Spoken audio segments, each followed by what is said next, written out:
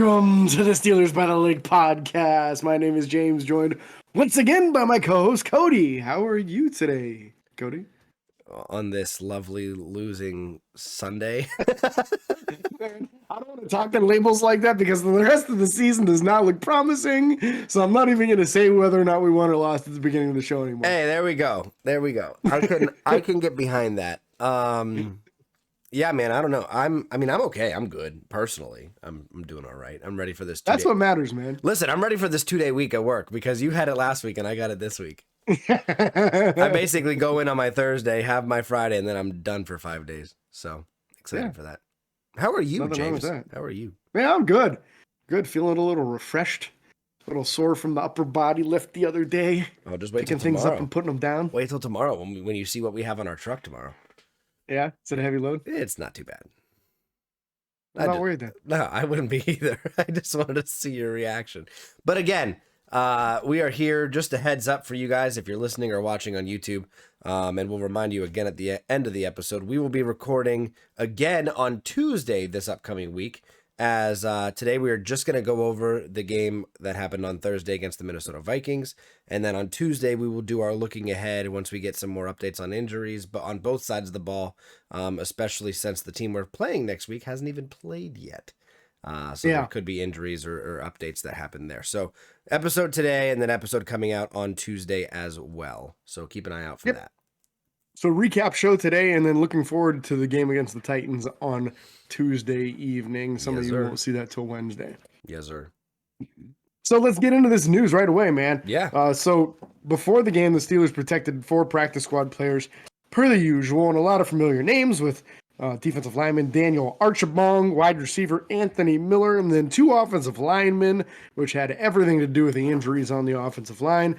Then guard Rashad Coward and tackle Chaz Green. Pittsburgh then brought in some guys for workouts in punter Drew Chrisman and long snapper Rex Sunahan, and then ended up signing both of them on Wednesday, which appears to be a COVID preventive type measure. So this is in case somebody were to get injured right before the game or get diagnosed with COVID right before the game. You got guys on the practice squad you can bring in. They've already had kicker San Sloman on the roster for 3 or 4 weeks by now. So this is just a very, very similar move here. And then some guys were ruled out before the game. Cody, you got those? Or? Yeah, the guys that ruled out before the... No, I got it. Don't you worry about that. Ruled out. Obviously, Joe Hayden has had the continuous injury problem going on. Isaiah Buggs, which they're saying, I believe, is an ankle injury, but James is skeptical. Very. And then B.J. Finney and also Robert Spillane. All of those guys were ruled out before the game. Sad to say, I think all of them had potential playmaking ability. Maybe not Buggs. That's beside the point. But you got potential to put a hurting on that all-you-can-eat buffet. That's about it. Yeah, Robert Spillane, we're missing a lot, I think, in the depth at the middle linebacker position. B.J. Finney's a great depth at offensive line, especially with the injuries we've been facing there. And then Joe Hayden, our starting cornerback, wildly missed, if you ask me. I think even though he's past his prime, he's still better than the bums that are playing right now. Minus one bum that we'll talk about later on, who may not be a bum anymore. Maybe no longer bum. We'll find out. I forgot to put the second half of it out there. When they signed punter Drew Chrisman and long snapper Rex Sunahan, they did release wide receiver Tyler Vaughns and defensive back Lyndon Stevens. Had to make room for it. Also, previous to the game, TJ Watt was named Defensive Player of the Week. For last week against the Ravens. Yeah.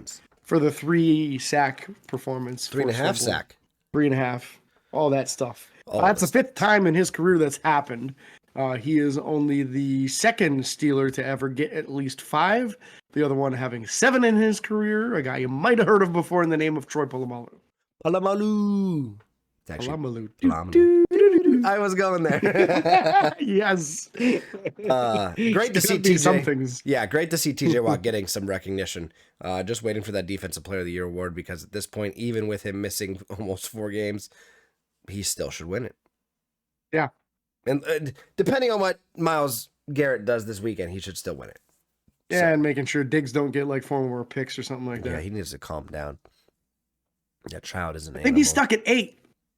Really? I I thought it was listening to another okay. podcast and they said he only had 8 still. Good. He can stay there for Which the rest is of the good year. because he had like 7 in the first 6 weeks. Yeah. So he's really cooled off. No, people just stopped throwing in the ball, like throwing the ball towards him, which is phenomenal on their part. Smart idea. Yeah. But let's get into this game. First, the inactives for the game. True. We had Joe Hayden on the inactive list, BJ Finney, Robert Spillane, Isaiah Buggs, Dwayne Haskins, Anthony McFarland Jr., and defensive tackle Carlos Davis, who has not been able to crack the active roster since returning from the injured reserve. So, been a very abbreviated season for him. I think he played a little bit in the first game and then went straight to the IR. Yes, sir.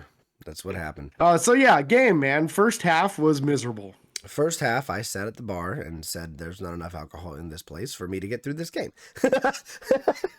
So, first half was rough. I think James is tired of me texting him during games. He gets really mad at me during games, and it's again just because I want them to prove me wrong. I'm a very negative, and I'm not always like this, which is weird. I think I'm just over this year because I know the talent that our team has in the especially the skill positions on especially offense.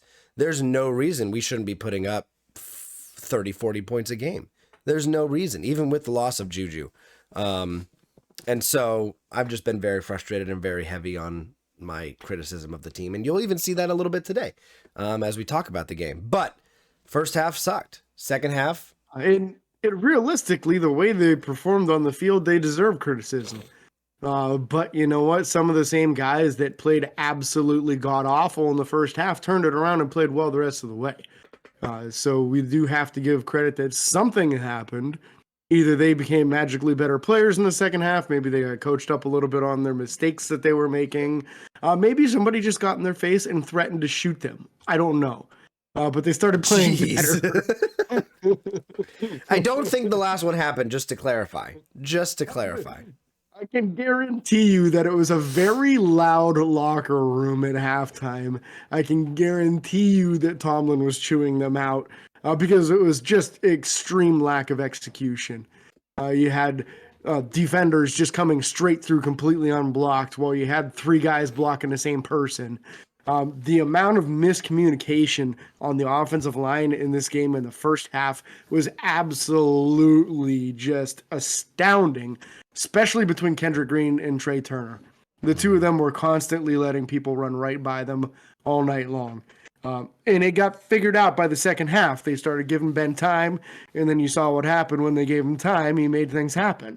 But just the inability to just pick up blitzes and figure out where people were coming from was just astounding.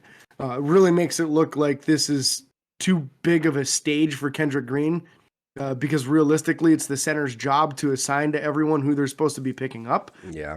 And if you end up with an extreme overload on the left side and your center and your right guard just standing around not blocking anybody and then when they do finally trying to find work, they just scoot out to the right tackle instead of the left side where you have 2 offensive linemen left trying to block 4 guys. And then Nashi tries to pick up 2 of them just so Ben doesn't get murdered. You got to have better awareness than that. And you got to be able to make better adjustments than that. And in the first half, it just wasn't there. And the worst part about it is that, typically when Cody and I are having these conversations, it gets to the point where Cody says, "Get that out of there," and I don't blame him for feeling that way. But the problem was your backup center on this team is on injured reserve. The number 3 center was out for the game before the game even started. Your number 4 guy was starting at left guard. So, and at one point they actually pulled him and put his backup, who's the guy that they just brought up from the practice squad, Rashad Coward, who didn't make the team at the beginning of the year because he couldn't pick up a blitz. Put him out for a play, and what happened on that play? Somebody ran right by him and crushed Ben, hit him right in his face. What do you know? John LeGlue was right back in after that. But you couldn't even put LeGlue in at center, who has only played it this year in the preseason. He played tackle his whole college career. There was literally no one left because of how far down the depth chart we are. when you start the game with your sixth string starting left guard. Like, you're just in a dire situation due to injuries, and nobody's that deep. Nobody has a team where they have six good starting guards. No, no. And I understand that, but here's my complaint. And it's less on, I guess it's as much on the execution of the players as it is the fact that I know, and I texted this to James during the game. I said, I know high school coaches that can make better in-game, mid-game adjustments during a quarter or during a half than what Pittsburgh can. Pittsburgh's like, hey, we're just going to finish out this halfway through the first quarter when things aren't working, rather than pulling the offensive line aside, pulling the entire offense aside, pulling whoever you need to aside, the wide receivers who can't pick up a block on 3rd and 1 to make sure we can get a rushing first down. The lack of ability or even effort to make adjustments during the game before things got out of hand was hysterical to me. Like, I had to laugh. That's all I could do, because I literally watched our team be like, well, this isn't working. Let's keep going until we can get to halftime and see what we can do to fix it. And it's not the first time we've done that. That's my problem. I feel like this has been the case multiple times during the year, where we come out as a trash team, and then all of a sudden in the second quarter, the one game we put up 27 points in the fourth. Are you kidding me? Do that in the first, and then we'd have to stop having these stressful second halves.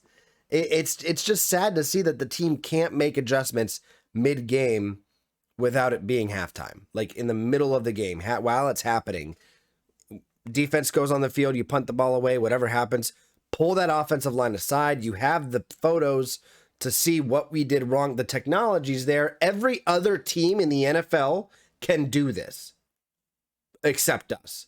The Detroit Lions even can. They just still don't do it well, to be clear. It's just really sad and really, really frustrating, to the point that I have to laugh at this point. Yeah, the frustrating part to me is that these guys know how to do it. They show it in spurts, and then all of a sudden, out of nowhere, act completely incompetent to do their own job. Before this game, I was kind of really hoping that Pittsburgh would bring Trey Turner back for next year, and then they wouldn't have to draft a guard high in the draft to fill in that right guard position, because you figure Kevin Dotson had a good year thus far before getting injured and putting on the injured reserve. So I'm not worried about the left guard position. That might be our best position with Dotson when he's healthy. But the right guard position, I thought Trey Turner was doing a decent job this year. And then it was just a complete meltdown in the first half of this game. He played well in the second half, but just there was so many times in this game too, where Ben's sitting there screaming at Kendrick Green to snap him the ball, and then Kendrick doesn't do it, and then you get to delay a game, and the whole time Trey Turner sitting there slapping him, snap the ball, snap the ball, snap the ball, and he doesn't do it. Like, I just feel like Kendrick Green had probably the worst game of football he's ever had in his life. Like, and then that affects the entire offensive line. Because if you can't even snap the ball on time when someone who's 5 feet behind you is screaming at the top of the lungs for you to do it, and the guy that's right next to you is slapping you on the butt over and over telling you to do it, and then literally cussing you out afterwards when you get a delayed game, like, man, I feel like they might have to go center in the first or second round next year's draft. You got to go Green offensive might be line. A good backup. You got to go offensive line. We saw what happened. Listen, we got our weapons for the future. You got Najee and you got Freiermuth. And it sucks because we really need a good corner. We really need a good, strong safety. And a good middle linebacker. And Devin Bush played better in this game again. But Joe Schobert is not the answer, man. No. He is not a starter quality guy. Joe Schobert was the biggest waste of a trade, and I don't think he'll improve, unfortunately.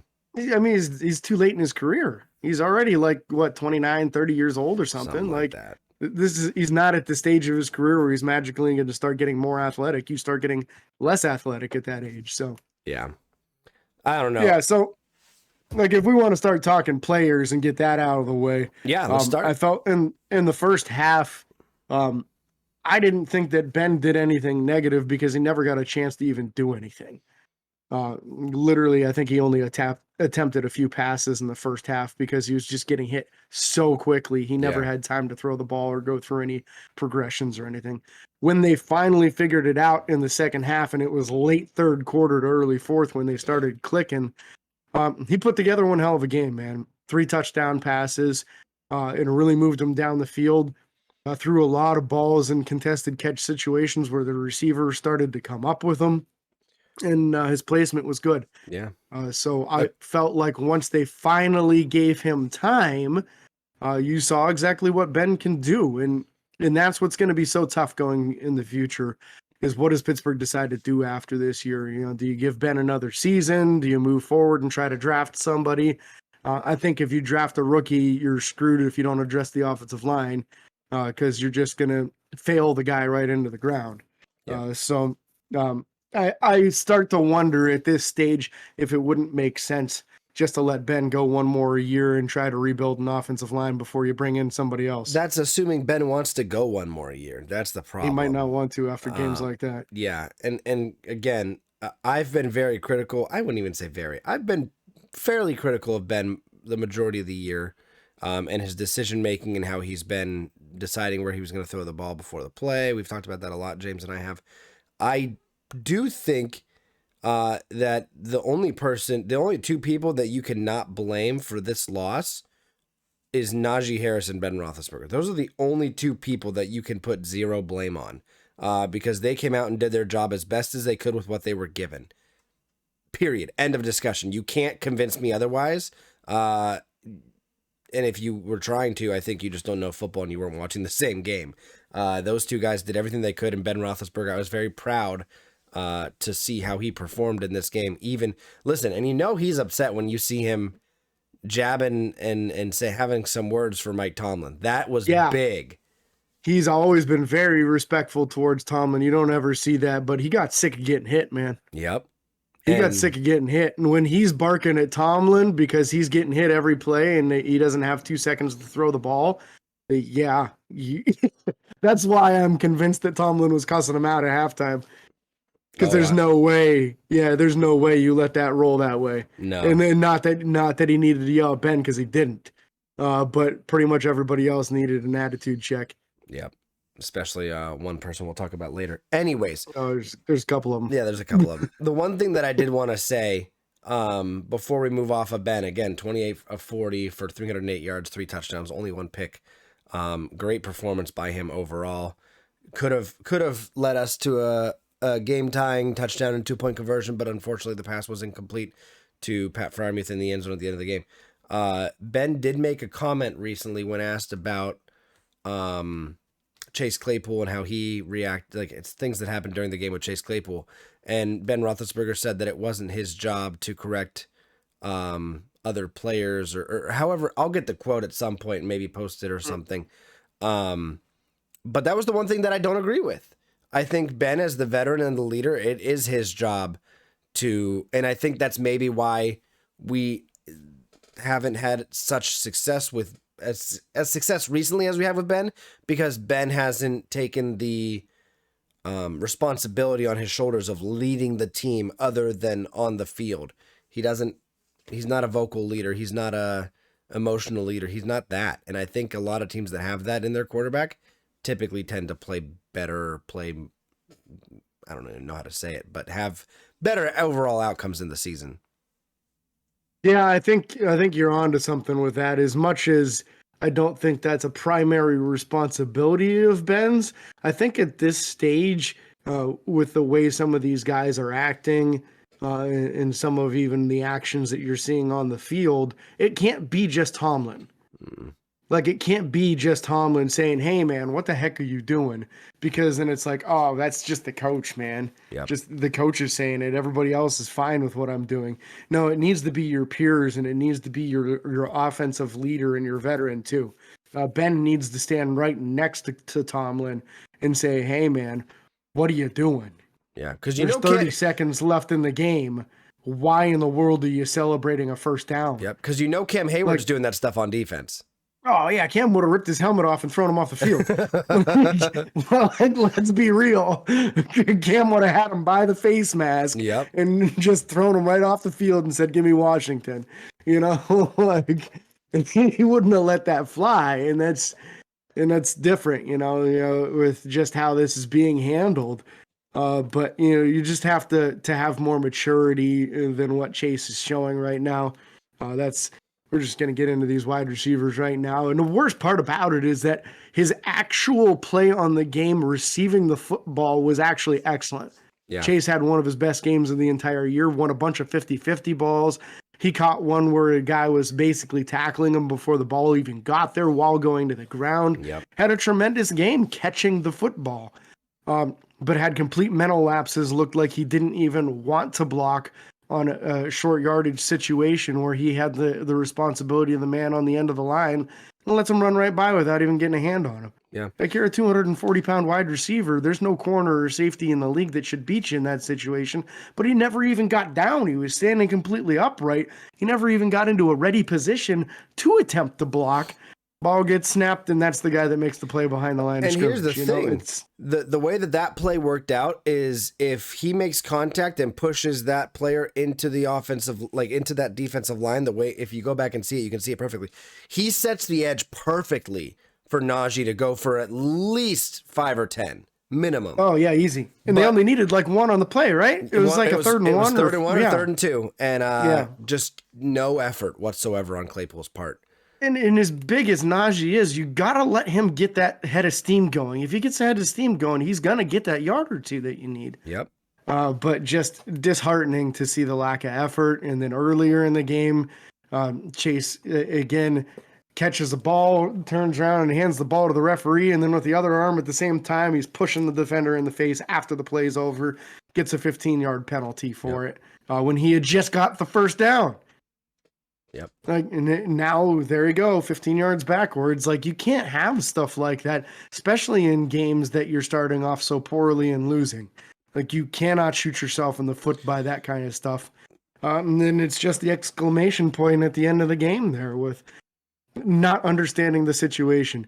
It was very important that Chase caught that ball on fourth down and converted the first down. Yep. That was a very huge moment in the game. It gave them the ability to then try to get in the end zone. But the second he catches that ball, he's got to try to get it to either a referee or the center. One or the other. Yep. Those are the only two acceptable places for that ball to go afterwards. You can't be sitting there celebrating your first down and stuff. Well, and he even tried to put the blame on somebody else.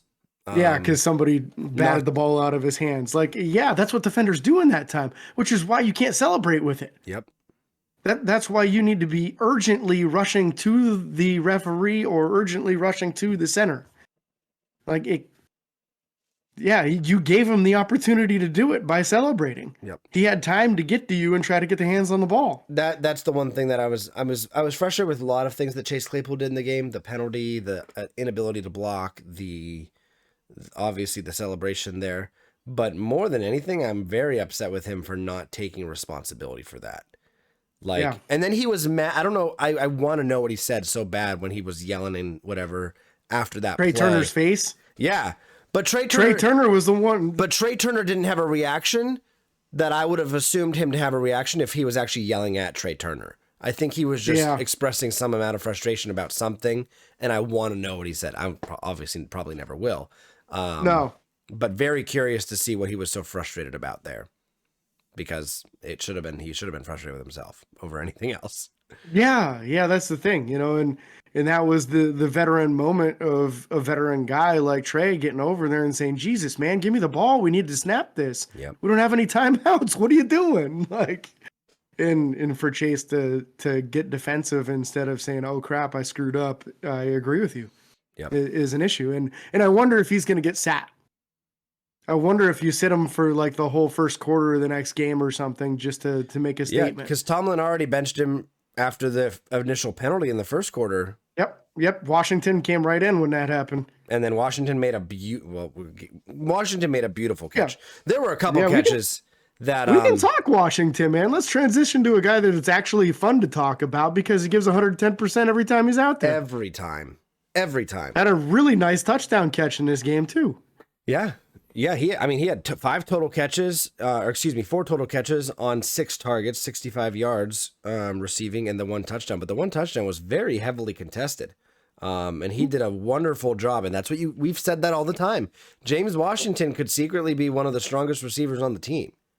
Like he just, his strength that I've seen is unmatched. I mean, even when you look at somebody like Chase Claypool, doesn't use his strength as often as you'd like him to see, but James Washington, every time he's on the field, blocking people into the end zone, out muscling someone for a ball, whatever he's got to do. James Washington's and he's always a real fighting deal. for extra yards. That's heck yeah, he is. I'm going to miss him next year because I can't imagine he wants to come back. With the little amount of usage that he got as the number 3 and number 4 wide receiver all year long, with guys in front of him showing unwillingness to even attempt to block and throwing temper tantrums on the field, and he still can't get playing time. Why would you want to come back to that situation? Yeah, Pittsburgh did him wrong. I'm going to come out there and say it right now. Pittsburgh did not treat James Washington as well as they should have. And I understand why they drafted him originally. I understand it. I mean, 1, he was a talented receiver, but 2, you wanted to give Mason Rudolph, the potential future quarterback, someone he's familiar with. It's the same thing that the Bengals have done with Jamar Chase and Joe Burrow. Yep. It's a very smart move. But Mason Rudolph hasn't played, or they never gave Mason Rudolph they did when Ben went out. But like, there was never a plan to get Mason Rudolph as the starter with James Washington. That was never a plan. It was always based on what Ben was doing. And I think there came a point. If this isn't it, if this doesn't do it, with Juju injured, Chase Claypool being an idiot, Deontay Johnson proving that he can make plays, James Washington next game should be the number 2, no doubt in my mind, for at least the first quarter, if not the first half. Yeah. See what happens. What do you have to lose line, at this point? Yeah, the season's on the line. They basically have to win out to make the playoffs at this point, and you need dependability.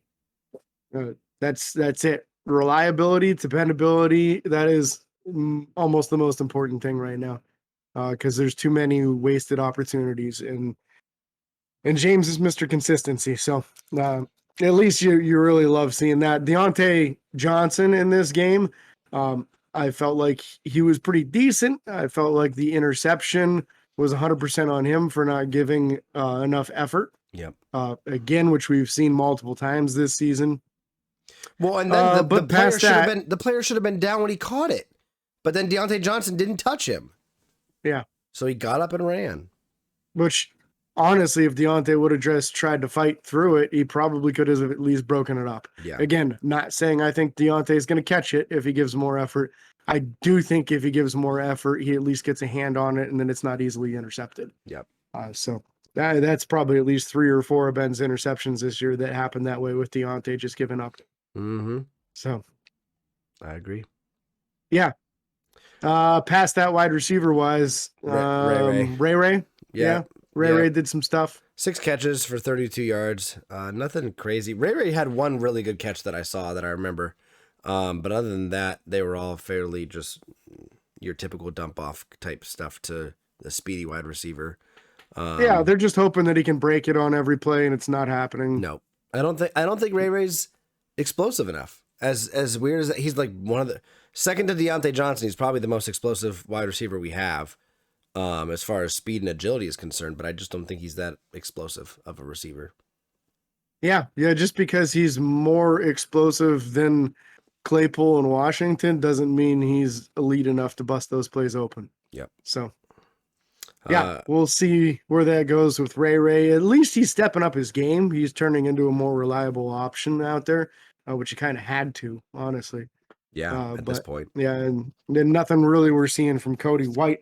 If we move to the tight end room, Pat Freiermuth had himself a good game. I don't blame that last play on him at all. No. The ball was thrown perfectly. He did get both hands on it, but it was a perfect defensive play by Harrison Smith. There's not a human being out there that's going to pull that ball in when somebody perfectly times the chop on that. And that's what it was. Pat caught it, and Pat would have hung on to that ball, but the chop by Harrison Smith was perfectly timed and placed. And when it's perfectly placed right on the ball like that, you don't have a chance. So, Pat did his thing, and you know what? His touchdown late in the game kept the momentum going. And now you're starting to see him put together some real nice numbers on the year, too. I wonder if he's not going to get a chance of being a Pro Bowler this year. I feel like he might be a rookie Pro Bowl tight end for us. He very well could be. I mean, he's sitting pretty like 7 touchdowns on the year, doesn't he? I think he's I believe he has 7. I'm double checking right now. I think he's over 40 catches already too, 40 or 45 or something.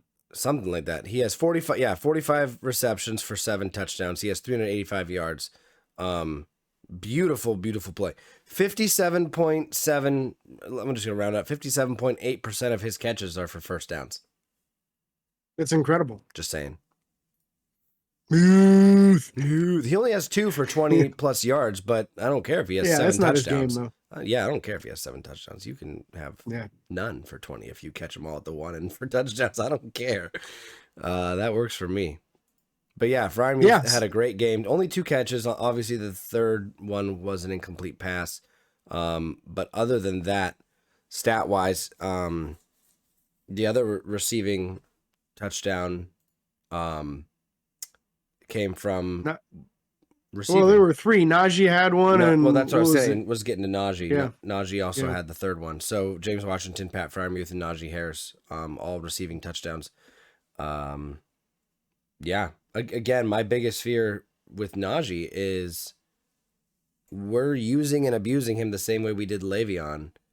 And not that I think that's why Le'Veon had a bad career after leaving Pittsburgh. He went to lesser offensive line and lesser-minded coaches, but he just went to a crap team, man. Big facts. But my fear is that we're going to run Najee into the ground this first year, and he's going to come out whenever we wind up getting a better offensive line and not have the stamina or whatever you want to call it. And don't get me wrong, he can easily have a good offseason and come back healthy and ready to go. But I just think at some point, you have to get a backup in there that's capable of taking the load off of him. When it comes to rushes, he had 20, and only one other running back came in and had a rush. That was it. It was Benny Snell from -2. You got to get somebody in there, or if you don't have somebody, find somebody that can come in. And again, Anthony McFarland was out. He is someone that we've been waiting to see get some action and do something there. But my fear is that Najee's going to get overworked and over frustrated with this offensive line that we have. Yeah, and I think that it's a valid concern. I don't think he's going to get burned out after 1 year, but I see what you mean. I feel like when they drafted him, they knew they weren't going to sign him to a second contract. Just because of his age, you give him the 5th-year option, and you get 5 years out of him, but by the time this 5th year is over, he's going to be 29 years old. So I feel like he was a planned obsolescence from the moment they drafted him. But I do agree very strongly that you have got to improve the line in front of him. You can still get a crap load of production out of this guy in 5 years, and maybe even enough that you take enough pressure off of the quarterback, whoever the quarterback is next year and in future years. There could be enough pressure taken off of them that you could actually have some serious success in the postseason. But you absolutely have to address this offensive line and the issues that they've got going on there. But Najee, you know what? He got stronger as the game went on. Even had a 23-yard run late in the game. Not quite as good as Mason Rudolph's 26-yard run yet. No. We're still waiting to see if somebody can beat him. With 4 games left, it doesn't look good. But you know what? Najee never gives up. Multiple times in this game where he twists and turns and gets a first down and gets him a couple extra yards. It was just encouraging in my book to see some more open holes in the second half. And I know some of that is going to be because the safeties backed off because they're more worried about us passing the ball at that stage in the game in order to come back. But you know what? He found holes and he started busting some longer runs. And we badly needed that. That 23-yard run is his longest run of the season. And I think it's the longest run by any of our running backs. Oh, yeah. I know two wide receivers have 25-yarders. on end arounds, and then Mason's got his 26-yarder. But as far as a running back, I don't think anybody's got one longer than a 23-yarder. Nope, I think you are correct. Kind of embarrassing, honestly. Very, very embarrassing. But I don't have anything else to say. You know, Deontay Johnson had 1 carry for 7 yards. Chase Claypool 1 carry for 2 yards. Before we move on to the other side of the ball, where was the defense in this game? Like the first half, where were they? Yeah, they showed up in the third quarter. Much to the dismay of Cam Hayward and all of us fans. But yeah, real quick before we jump into that defense, the offensive line, as we said, I think John LeGlue was way better than Rashad Coward. But I think most of the issues were involved with Kendrick Green and Trey Turner. And I didn't really think that Okorafor and Dan Moore were that bad, honestly. I do feel like Dan is doing a little bit better in those one-on-one situations, not getting beat as badly. I think he's getting some help with the coaching, with his technique. Yeah. But yeah, when we move on to that defense there, holy, just embarrassing, man. People's just completely abandoning their gap responsibilities left and right. Schobert, again, seeing him get washed out of plays and completely overrunning them. On the 1 touchdown run around the corner, you saw Miles Killebrew, TJ Watt, and Terrell Edmonds. And TJ Watt and Miles Killebrew both went in and attacked their gaps. And then Edmonds, for some reason, decided that he should slide all the way over to the middle of the field, and it left a huge open lane on the outside. So Edmonds' inability to get contained on that play cost us the touchdown. It was 100% on him. And I felt like Edmonds did not have a good game in this game. As much as he had a bad game, I felt Minka was excellent because over and over, guys are running free into the second level, and Minka kept on flying up and making the tackle, and he was trying to rally them every time. You could see, like, he's turning to his guys. It's like, see, I can do this. Come on, join me, follow me. And they just wouldn't do it. I felt like, Minka and Cam were leading the way, and everybody else was just kind of like, well, yeah, whatever. Until we started seeing a little bit more involvement from a cornerback that we're definitely going to talk a lot about. Yeah, we'll get there. But on that defensive line, again, Cam Hayward leading the team, or leading the defensive line in tackles. He had 3 tackles solo and 3 assists. He had 1 tackle for loss as well. I can't imagine what it's like being Cam and Ben, these veterans who know what it's like to win, who know what it's like to put forth effort, and watching these younger players just come out and just, I don't even know, like, poop the pants on the field. I don't know what to call it. Like, they're literally just not playing football. And like, that's all I can say. And I feel like on the defensive side more than the offensive side, it's an actual talent issue. See, I think like that to a degree. I think we have the talent there. The talent's not in or not able to be in. When TJ Watt goes out with a groin injury, you're not going to have the same caliber of player come back in, no matter who it is. When you have guys like Robert Spillane dealing with an injury that even when he's not injured, they're still starting someone who is worse than him. Yeah. It's not, at that point in my brain, it's not a talent issue. It's the fact that you're not scheming or putting the correct personnel in, which then turns into a coaching issue. Yeah. But I don't, if Joe Schobert finishes this year starting, I have lost faith in our defensive coordinator. You can't keep him in there. Let me clarify, if Robert Spillane comes back from injury. Yeah. I understand. And even in this game, as the game went on, we started seeing some of the other middle linebackers getting an opportunity. Marcus Allen came in on a play and tried to cut underneath the block instead of staying on the top of it. Ended up in a 30-plus yard run that he gave up because he was the only one that was in any sort of position to stop the play, and he was the only middle linebacker in on that play. It was dime and where they've been playing Robert Spillane, so they gave Marcus Allen a shot to do it, a former safety, and it didn't go well. Later on in the game, we actually saw Buddy Johnson get some snaps with the starting defense there. And again, I'm glad to see it.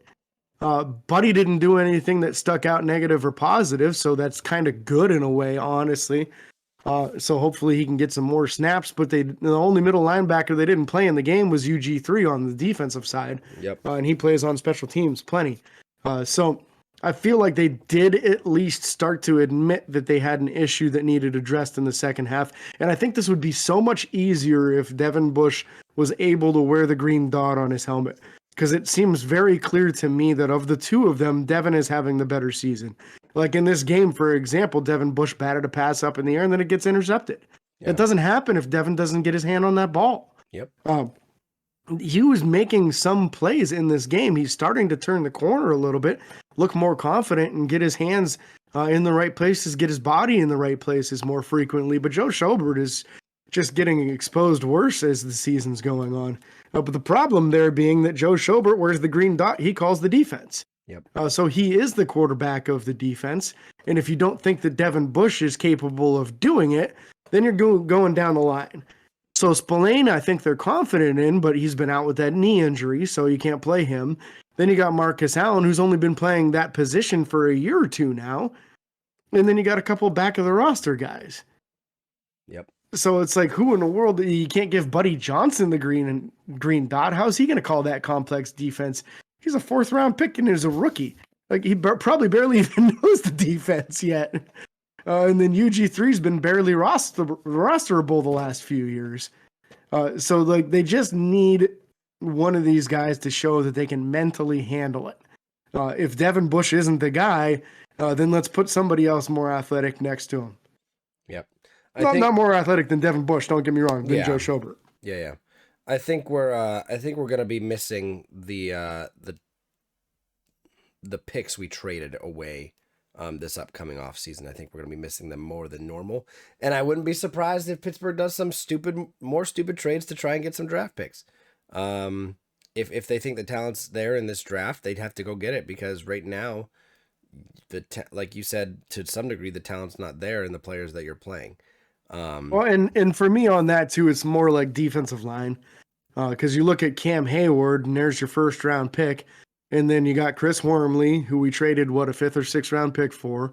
You have Adams, who we just stole off of somebody's practice squad. You got my boy, Henry Mondeau. Yep. But realistically, undrafted for a reason. His arms are only 31.25 inch long. The guy tries real hard, but it's just a leverage battle that he's going to lose more often than not because he's just got shorter arms than everybody he's going against. Carlos Davis, 6th-round pick. Isaiah Buggs, 6th-round pick. Even Loudermilk was a 5th-round pick. And you traded up a 6th to get him, or what was it, a 4th? You traded a future 4. So you lost this upcoming year's 4th-round pick in order to trade up and get him. And Loudermilk might turn into something, but he's still young. Like he needs a couple of years in the weight room to get strong enough to be effective. But it's kind of like my take on the offensive line. When most of your offensive linemen are 3rd or 4th-round picks, you can't expect them to play at a high level. No. They would have gone in the 1st and 2nd round if they were that good. You're going to find some gems, like you're going to find some Kevin Dotsons in that group, but you can't expect all of them to be like that. More of them are going to be like Dan Moore played the whole first half of the year, and like Kendrick Green, they're going to be more like that than they are going to be like Kevin Dotson. Mm-hmm. Unfortunately, you are correct. Yeah, so you were getting into the outside linebackers there. TJ Watt went down with a groin injury early in the game. I want to say it was 1st quarter. If not, it was early in the 2nd. I think it was 1st. And then shortly after that, Alex Highsmith goes down with quadricep injury. And he did not return in the game either, which left us just Taco Charlton and Derek Tuzka the rest of the way. To their credit, the defense actually started stopping the run more when it was just the two of them out there at outside linebacker. I don't feel like by any means that's the reason why, but they did their job as far as stopping the run. Getting pressure on the quarterback, we did see some pressure from Taco Charlton. Again, I don't think Derek Tuzka is really that kind of pass rusher kind of guy. No, Derek Tuzka had 2 assisted tackles all game. That was it. Yeah, so at least he's starting to get some stats on there, but I think that had a lot more to do with the fact that he's on the field more than anything else. Yep. What we're hearing about TJ is that the groin does not seem to be that bad. They think there's a chance he'll play next week, and the same with Alex Highsmith's quad. they don't think that it's bad enough to keep him out of next week's game. So Especially with the extended hopefully, week. They'll have the extended time. So yeah, if it was just 7 days, that'd be one thing, but you got 10. So that's really going to help with the healing process for both of these guys. yeah. Middle linebacker wise, we talked a little bit about Joe Schobert, Devin Bush, Buddy Johnson coming in, Marcus Allen recording an assisted tackle as well. Devin Bush, again, like you said, had a little bit of a better game. I wouldn't say it's the best. I wouldn't say it's the best game he's had all year, but it was a little bit better. It's never going to be a great game when you give up that many yards on the ground, right? Yeah. Like that's not it. But I think he's making some strides in the right direction. Yeah. Joe Schobert led the team in tackles. I don't think that is any kind of stat that is to brag about or like showing that he's doing it's not when they're running for 10 yards every carry, you know. No, and not when he's getting freaking run over and carried. The guys are falling because he's making contact. That's it. But it's not like impressive tackles or anything like that. I don't have anything really else for the middle linebacker crew. No, I'm done with the middle linebackers, man. I spoke my piece on them. Safeties, I think Terrell Edmonds and Minkah Fitzpatrick. Again, we talked about Terrell Edmonds' ability to hold an edge or contain an edge it's non-existent, but they both did have a pass breakup, which was beneficial. Minkah, again, obviously playing better than Terrell Edmonds, even though technically Terrell Edmonds had more solo tackles this game. It's not, in my opinion, again, not because of any amount of superior play than Minkah by any means. And I think Minkah's stat line is greatly deceiving in this game as well, because I thought that he had a very good game, honestly. When he had to make a decision between covering one guy and the other, they always threw it the other way. Yeah. They threw it away from Minkah every single time, and you can't blame them because Minkah is that good. Yeah. But when the end of the game came, Minkah made a tremendous play in the end zone to break up a pass that would have been a touchdown, as legal as could possibly be. Even Troy Aikman said so when commentating the game. So this is 2 weeks in a row that we had a Dallas Cowboys quarterback commentating the game, talking about the calls going against the Steelers, which is astounding because that's one of the teams that hates Pittsburgh more than anybody. Yep. But even Troy said that was as perfectly legal of a hit as you could possibly have. They called him for unnecessary roughness on the play, even though he literally hit him with his shoulder in the chest area, knocked the ball out because he popped him perfectly right there. And it was, I want to say it was a third or fourth down too. Yeah. And then they got a first down and they ended up scoring that late touchdown because of it. And so Minkah did his part. He got boned on the other end. He should have 2 pass breakups in the stat column, and one of them that prevented a touchdown from happening on the play. So yeah, Minkah, again, I think, I would call it his third good game in a row with having a pick in the last 2 games previous. Yeah. But a lot of tackles that saved plays from being drastically longer than what they should have, and a couple nice breakups too. The cornerback room, Cam Sutton's worst game of the year, and it's not close. Yeah, he got burned pretty bad on that last touchdown. He knew he could not run with Jefferson. He knew it. He figured it out real early, and he started playing real soft coverage to try to not get beat deep, and it didn't really work.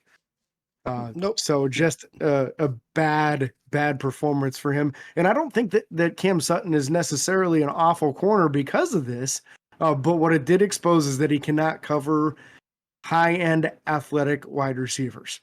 He just can't. He doesn't have the speed for it. Nope. He can't hang with them. So put him on your physical guys. He can cover those guys. Even your slot guys, maybe his best role is as our slot corner, where it's more the short area quickness and toughness, which is stuff that he all excels in. But when it comes to long speed, he's kind of like another Mike Hilton, man. He's not going to hang with these guys with elite long speed. Not at all. But as bad of a game as he had, Ahkello Witherspoon was the opposite, right? Yeah, Ahkello Witherspoon had himself a game, and I expect him to come and play a heavier role moving forward. Not even just because he had 2 interceptions this game, but because he showed the heart that he didn't care. He showed the heart. I got to clarify this in a little bit. He had the motor to go out and keep trying to make plays, and they worked out. He had 2 interceptions, 45 yards. The one thing that I didn't like about Ahkello Witherspoon and the entire defense, if I'm being honest, is the fact that they went and celebrated an interception in the end zone when they were still down 22 points. Or 20, whatever it was. That's 20. not great.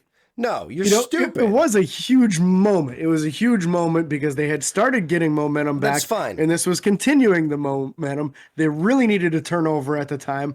I'm all for them celebrating, but running all the way to the end zone to do it is Run a to little the sideline excessive. and celebrate over there. Yeah. Just get off the field.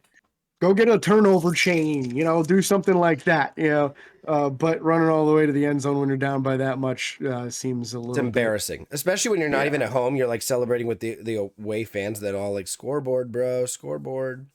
Then you lose anyways. Wasn't a fan of that. I think that is something that the NFL the players have started to do that is just a massively immature thing, and a massively, quite frankly, just prideful thing. Oh, look at me, look what I did. And then the defense is like, oh, look what we did. And in reality, look what you've been doing. You're down 7-20 something, 29 or whatever it is. Shut up, or 28, and go, just shut up and go play football.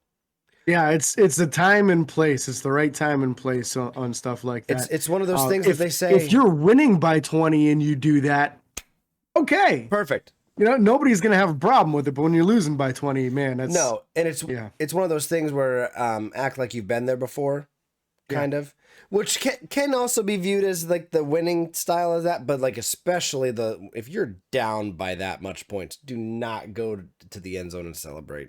It's just embarrassing. Now his second interception of this game, I want to touch base on this. There was a slant pass, and he knew the slant was coming. He beat the wide receiver to it. Cut it off, and then started running it back, and it looked like we were going to get a pick six, and he just ran out of gas, man. He got tired. He knew he couldn't run full speed anymore, and I will give him credit at least. He knew he was going to get caught, so he started playing it safe and covering up the ball, and he's like, you know what? I can't turn this back over. I just created another opportunity for us to get this game even closer. I can't screw it up by turning the ball over. So even though I really wanted to see him finish that play out and score the touchdown there and become even more of the hero, I do appreciate his maturity in that moment anyway, of understanding that, hey, I don't have enough gas left in the tank to make it to the end zone without getting run down.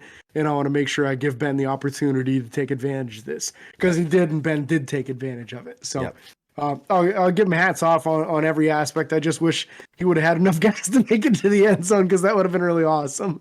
We don't get to see a lot of pick sixes these days. No, not at all. One occasionally from Minka or Devin Bush or Robert Spillane. That's it. And I'm with you on him, though. I am really excited about the possibility of a future with him. And after us heavily criticizing him, which honestly he deserved, because he couldn't even get on the field, now all of a sudden he gets an opportunity. He takes advantage of it, really shows what he has. Nobody's even talking about James Pierre anymore, because he ain't even on the field except for as a gunner on punt coverage. Yep. And now you're starting to think, man, maybe Pittsburgh should think about signing him again after the season. He's on a 1-year deal. Maybe you consider bringing him back. And with the likelihood of Joe Hayden moving on after this year, maybe that's a guy that can be a starting corner. Maybe you don't have to go searching for two of them. Well, maybe you go search for one and put Cam Sutton back in the slot and figure it out. And now all of a sudden you have a really good secondary. Yeah. Wouldn't that be something? You need a new safety still, but yeah. Yeah. But he's got the size too that you're looking for. Yeah, that 6'2" and 195 pounds. And I don't know. I'm optimistic. I want to see how he does the rest of the year. I hope he gets plenty more opportunities. You want to know who I'm optimistic about? Tell me. Chris Boswell finishing this year off strong. I think he's better, man. He's very set. He missed one field goal in this game. Early on, after the Vikings missed a field goal, not an excuse or anything, not like, oh, it's okay, we missed, they missed, whatever. That field goal could have played very differently later on in the game. I don't know. I was sad to see him miss, but he came back in and he played fairly well the rest of the game. He made all his extra point attempts, so that's good at least. He didn't kick any kickoffs out of bounds, so that's good at least. Yep. But when you were talking about the only players that were playing good in the game being Najee and Ben, I couldn't even go to special teams except for maybe Christian Kuntz. You know, because Boz missed a field goal. And then Presley had not a very good game punting the ball. He had a lot of short punts, and he's starting to get really inconsistent as the season goes on. So I hope this is something he can straighten out. But we definitely had higher hopes for Presley Harvin at the beginning of the season. I'm not giving up on him by any means, and I'm not going to like slam him here because he's a rookie. No. But he is being inconsistent, and it's fair to say that he's being inconsistent. Yeah. So that's going to do it for wrapping up the game. I mean, kickoff, punt, return, Ray, 3 returns on kickoff and 1 return on punt. Nothing crazy. 23 was as long, so nothing too crazy there. You'd like to see them getting over 25 because that means even if they take them out from the end zone, they're getting past where they would normally start from. But with that being said, again, look forward to Tuesday night at some point with the new episode being out, maybe as late as Wednesday morning. James has something else to say real quick. One more note that happened since the game and before we recorded today, just another roster transaction move. Yeah. We're just going to get it out of the way and mention it because there's no point in waiting for the next show for it. The Steelers did release both the punter and long snapper that they signed to the practice squad and then re-signed the wide receiver and defensive back that they released. So it looks like this might be a recurring transaction every week right before the games. So there's a possibility that we'll see this reversed again next Saturday before the game. Yep. So again, Tuesday night, Wednesday morning, you'll get the next episode. Again, we can't thank you guys enough. Be sure to like, comment, share, talk to us. Let us know what you think. Tell us what you think about the game. We want to know what you guys think as much as we like to share what we think. So we don't care how you talk to us, whether it's tweeting at us on Twitter, commenting on the YouTube video, commenting on Facebook posts, whatever you got to do, we appreciate it. Instagram, DMs, whatever you want to do. So again, thank you guys so much. Be sure to like and follow on Facebook, Twitter, Instagram, TikTok, and YouTube at Steelers by the Lake. And until next time, this is your hosts, James and Cody, signing off. Peace.